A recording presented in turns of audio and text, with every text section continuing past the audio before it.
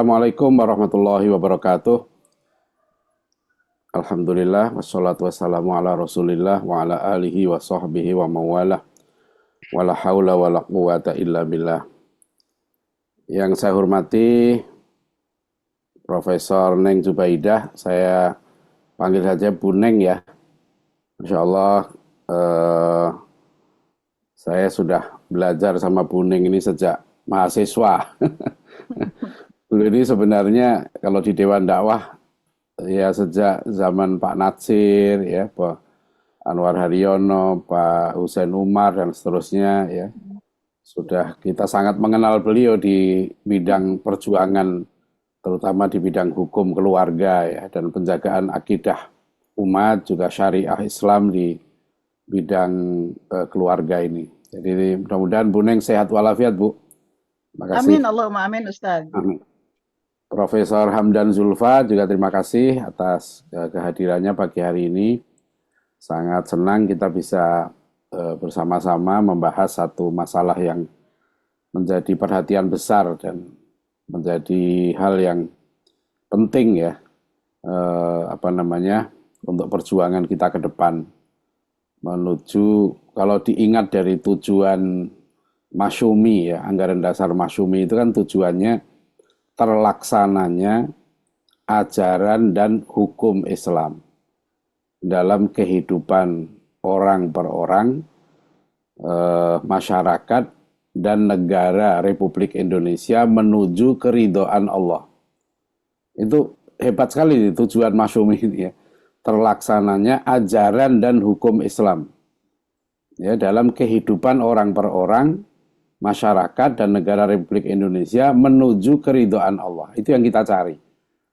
Ya, jadi bagaimana bangsa kita ini diridhoi oleh Allah. Itu yang terpenting ya. Harusnya memang landasan kita ya surat Al-A'raf ya 96. Walau anna ahlal qura amanu wattaqau ya lafatahna alaihim barakatim minas sama wal ard. Jadi al-ayah. Jadi itulah yang seharusnya menjadi dasar nih ya panduan para pemimpin kita, para pejabat kita ya, dan juga para ilmuwan kita, para ulama kita, bahwa negeri kita ini akan mendapatkan berkah gitu ya kalau pemimpinnya, penduduknya beriman dan bertakwa. Ini kan, dan itu sebenarnya sudah sangat jelas ya. Ya di dalam pembukaan Undang-Undang Dasar 45 yang disebutkan oleh Ibu Neng tadi ya, bahwa negara berdasar atas ketuhanan yang Maha Esa.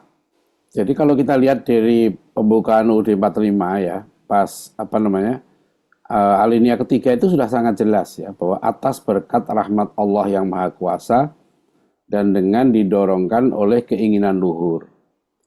Nah, itu kan satu rumusan akidah Ahlussunnah wal Jamaah. Kita merdeka ini karena rahmat Allah, tapi juga ada perjuangan. Ya, kita tidak setuju dengan paham Jabariyah. Nah, alinea keempat lebih jelas lagi, ya, bukan alinea keempat. Sila kedua ya, sila kedua kalau kita lihat kemanusiaan yang adil dan beradab. Ini sebetulnya mendasar sekali perbedaan tambahan adil dan beradab itu. Oleh Panitia 9 ini sangat mendasar dibandingkan dengan rumusan Bung Karno. Bung Karno kemanusiaan saja, Muhammad Yamin juga peri kemanusiaan. Jadi ada tambahan adil dan beradab ya, kemanusiaan. Ini kan yang dipertanyakan Pak Natsir juga di pidato 12 November 1957 ketika Pak Natsir mengkritik sekularisme ya, yang berbahaya sekali bagi bangsa kita ini. Pak Natsir mempertanyakan humanity itu apa dasarnya? Ya, nah di sini sebetulnya semua orang bicara humanity kemanusiaan, termasuk nanti masalah human right, gitu kan, human right. Kalau ini tidak didudukkan, ya akhirnya istilah-istilah ini menjadi problem. Human right, ya misalnya orang, saya pernah di Mahkamah Konstitusi dalam satu pengajian, saya tanyakan apa sih makna adil sebetulnya gitu. Di konstitusi kita ini ada kata adil. Saya usulkan supaya konstitusi kita merumuskan dong mana adil itu apa.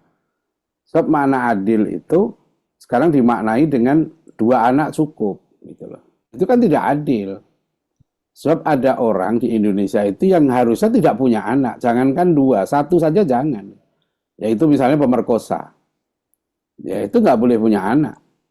Ya, dia harusnya kan dihukum mati. Jadi kalau dia pemerkosa, dia memang dalam Islam memang dihukumannya mati. Ya, dan apa itu? Karena dia memperkosa, apalagi memperkosa anaknya sendiri, memperkosa muridnya sendiri gitu ya. Dia tidak punya right sebetulnya. Kalau orang bilang, oh dia punya hak asasi, enggak, dia nggak punya hak. Dia nggak punya hak untuk beranak, nggak punya hak untuk hidup. Kenapa? Karena dia bukan human gitu loh. Ya, dia bukan manusia. Bayangkan manusia memperkosa anaknya sendiri, dia bukan manusia. Ya, maka dia bukan manusia lagi dan tidak punya hak gitu. Jadi makna human itu juga problem. Ya, karena dalam konsep pendidikan kita, human itu dimaknai sebagai kasta tertinggi dari kera. Ya, kan sekarang manusia Indonesia itu rumusannya adalah bentuk sempurna ya dari makhluk bernama hominid, bangsa kera. Ini rumusan dasar loh dalam pendidikan itu. Dan diajarkan sejak anak-anak kita sekolah SMP, SMA sudah diajari. Manusia itu adalah bentuk sempurna dari monyet. Gitu. Manusia bukan Bani Adam dalam konsep pendidikan kita. Makanya wajar kalau nanti semua konsep berikutnya, termasuk nanti konsep ketika mengatur undang-undang, mereka menempatkan manusia ini seperti monyet saja. Ya, jadi dalam teori kebutuhan manusianya, ya, apa kebutuhan pokok itu primer ya sandang papan pangan, nggak ada kebutuhan ibadah ya. Oleh karena itu saya sebetulnya terutama Prof Hamdan ya, saya tidak setuju tuh kalau orang mengatakan Indonesia ini bukan negara Islam dan bukan negara sekuler. Terus Indonesia negara apa? Negara Indonesia ini waktu seminar di Mahutama saya mengusulkan masyarakat hukum tata negara itu. Indonesia itu negara tauhid. Oh jelas kok negara berdasar atas ketuhanan yang Maha Esa. Ya, tim 6 Pancasila yang dibentuk oleh Presiden Soeharto dulu, ada Bung Hatta ketuanya, merumuskan bahwa sila pertama itu menjiwai sila yang lain. Itu juga yang diputuskan oleh Munas Alim Ulama NU ya di Situbondo tahun 83. Bahwa ya Pancasila itu bukan agama dan tidak bisa menggantikan agama. Nah, yang kedua, Munas itu juga mengingatkan bahwa Pancasila itu urutannya tidak sama kedudukannya. Sila pertama itu yang menjiwai sila yang lain. Kemudian mereka merumuskan juga bahwa makna sila ketuhanan yang Maha Esa itu adalah tauhid ya dalam ajaran Islam. Itu tegas sekali itu. Ada makalah dari Rois Am NU waktu itu Kiai Haji Ahmad Siddiq yang dimuat di buku Kementerian Agama ya, di buku Litbang terbitan Kementerian Agama bahwa ketuhanan yang Maha Esa itu maknanya tauhid. Ya, jadi apa itu? Negara ini berdasar atas ketuhanan yang Maha Esa, maknanya negara ini berdasar atas tauhid. Ya. Itu tadi yang disampaikan oleh Buning, maka Profesor Azhairin juga mengingatkan bahwa negara berdasar atas ketuhanan yang Maha Esa, juga pasal 29 ayat 2 itu maknanya memang di Indonesia nggak boleh ada peraturan perundang-undangan yang bertentangan dengan syariat Islam. Ya, jadi ini usul saya supaya diperjelas nih. Kadang-kadang soalnya gini, orang Islam sendiri di Indonesia itu nggak mau mengatakan Indonesia itu negara tauhid.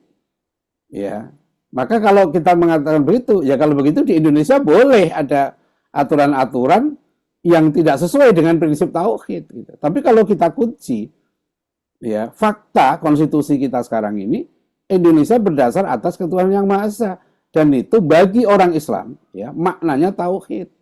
Itu mengikat siapapun yang muslim ya, mengikat kepada Presiden Jokowi, nanti mengikat kepada Presiden Prabowo ya, mengikat kepada ketua MPR, ketua DPR, Menteri Kesehatan. Menteri Kesehatan kan muslim dia. Ya, jadi jangan dia berpikir sekuler. Jadi itu yang penting sekali ya, pesan terakhir Allah yarham Pak Husain Umar pada saya sebelum beliau wafat tuh. Karena saya begitu saya bertemu Pak Husain Umar pagi itu di rumahnya ya tahun 2007 itu, setelah saya pulang beliau langsung masuk rumah sakit dan kemudian meninggal. Dan pesan terakhir itu pada saya, Pak Husain Umar itu minta saya membaca pidato Pak Natsir 12 November tahun 57 itu. Ya.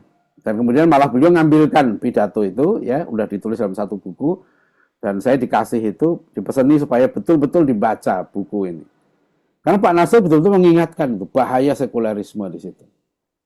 Akan merusak, sehingga di ujung pidatonya Pak Natsir mengatakan begini, kepada yang terhormat ketua ya, bahwa bangsa kita cuma punya dua pilihan. Mau menggunakan pilihan jalan agama, yaitu Islam, atau jalan sekuler, yang Pak Natsir sebut sebagai jalan ladiniah. Jalan untuk menolak agama. Manusia hidup ini cuma dua saja. Mau diatur oleh agama, mau diatur oleh Tuhan atau tidak.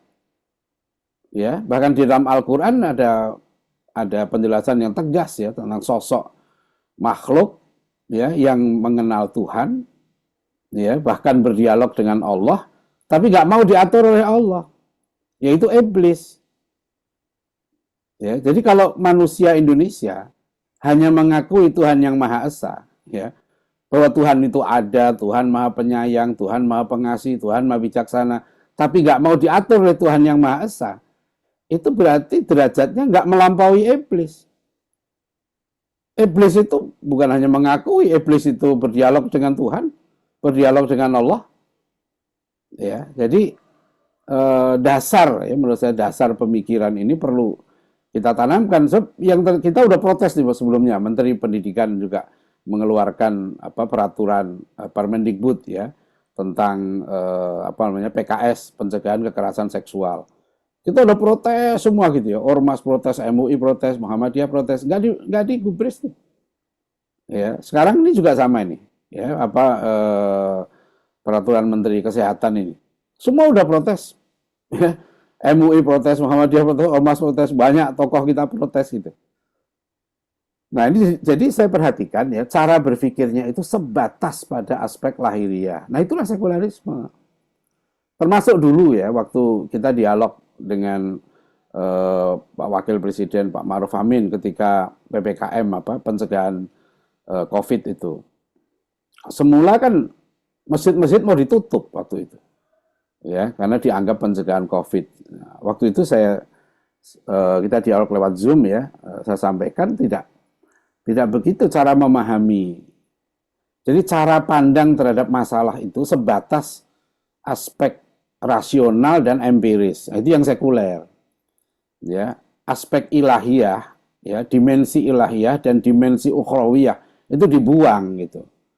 Jadi kalau makna sembuh dari program penanggulangan COVID itu tujuannya bagaimana manusia sembuh dari penyakit itu. Ya, jadi tidak dilihat bahwa sebenarnya ya virus itu datang bukan kehendaknya sendiri. Dan ini nggak masuk dalam ilmu sains kita yang sekuler gitu. Virus itu datang pada kita, bukan virus itu punya iradah, punya kehendak, enggak. Virus itu datang karena dikirim oleh Allah. Yang ngirim virus kepada kita itu Allah. Makanya Allah ngirim virus, ya tentu itu ada maksudnya. Dan apakah itu ujian, teguran, hukuman, ya pandemi itu. Dan tujuannya apa? Tujuan Allah mengirim virus itu, mengirim semua musibah, ya, itu adalah supaya kita makin takwa, kita makin dekat dengan Allah. Jadi harusnya, ya, dalam negara kita, gitu, untuk penanggulangan COVID misalnya, itu juga tujuannya harus ilahiyah dan ukhrawiyah itu dimasukkan dimensi itu. Yaitu apa? Orang menjadi baik, bukan hanya sembuh fisik.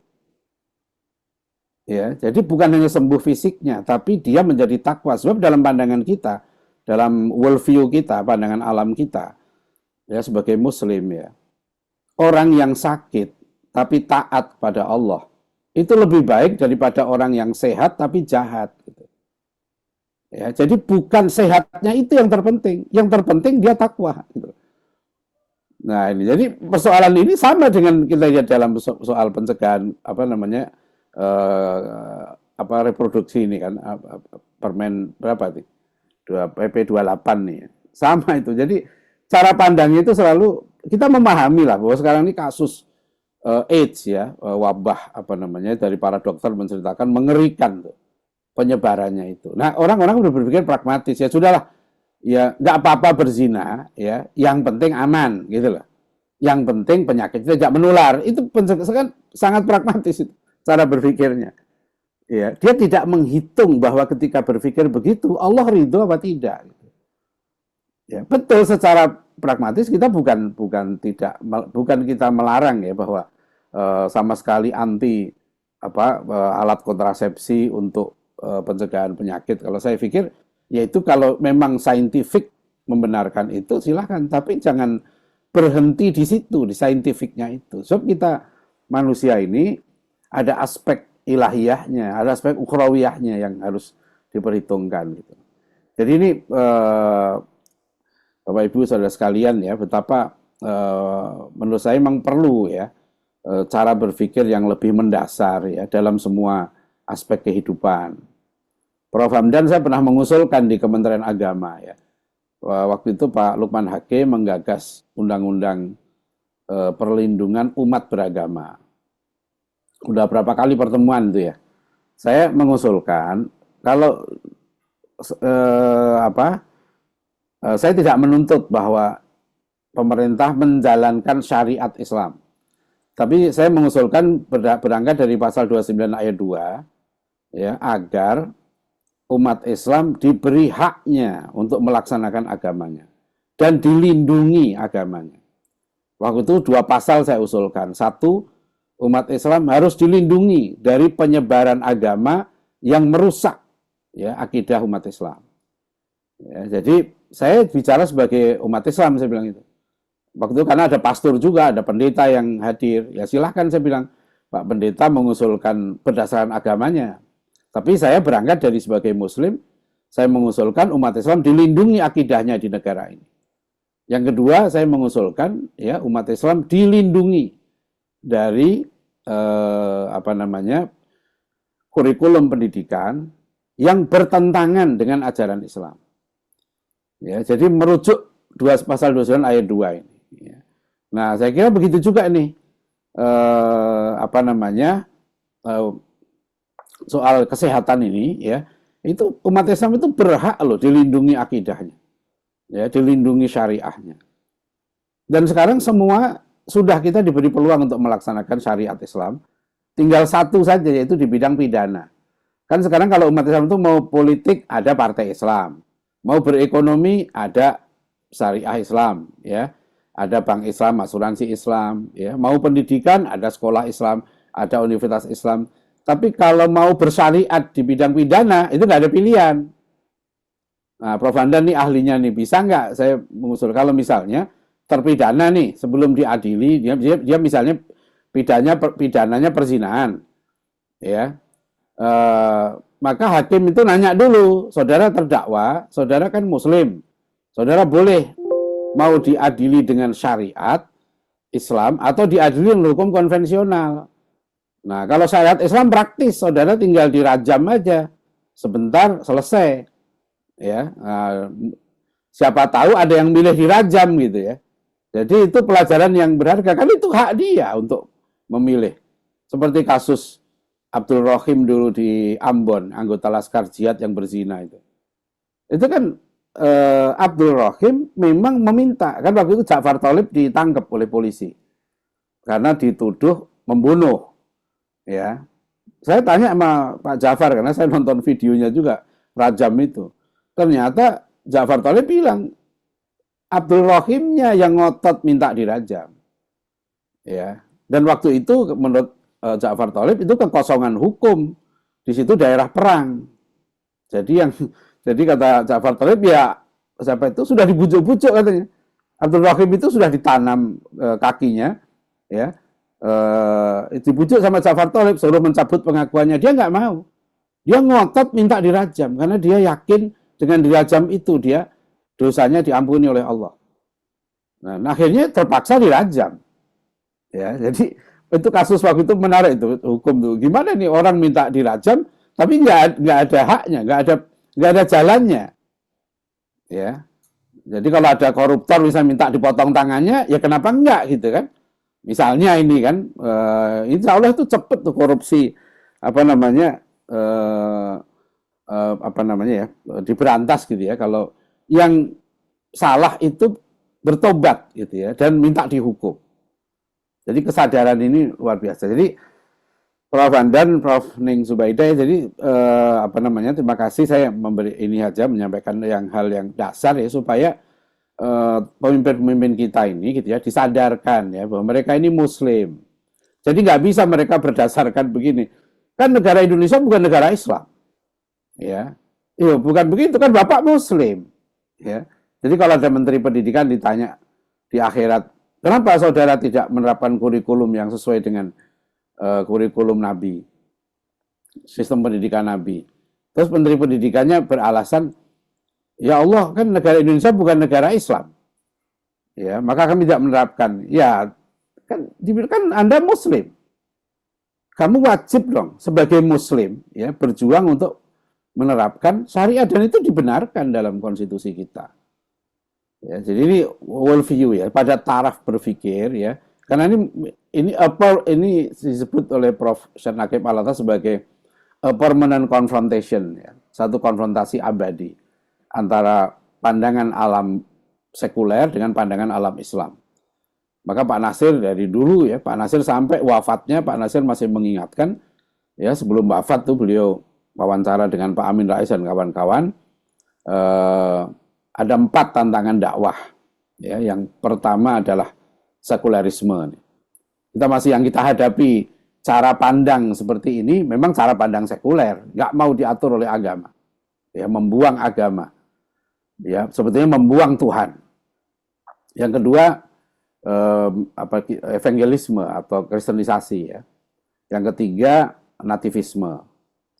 Ya, mengembalikan Indonesia ke zaman pra-Islam. Jadi tidak mengakui Islam itu merupakan faktor penting dalam sejarah perjalanan bangsa kita ini. Nah, yang keempat itu internal. Pak Nasir mengingatkan bahaya penyakit hubud dunia. Ya, cinta dunia. Nah, 4 hal itu ya yang diingatkan oleh Pak Nasir bahaya bagi apa namanya? Bukan bahaya, apa namanya? Tantangan dakwah kita yang terbesar di zaman kita sekarang. Nah, saya sekarang ini masuk dalam lingkup sekularisme ya. Saya kira demikian. Terima kasih. Bila taufik wal hidayah. Assalamualaikum warahmatullahi wabarakatuh.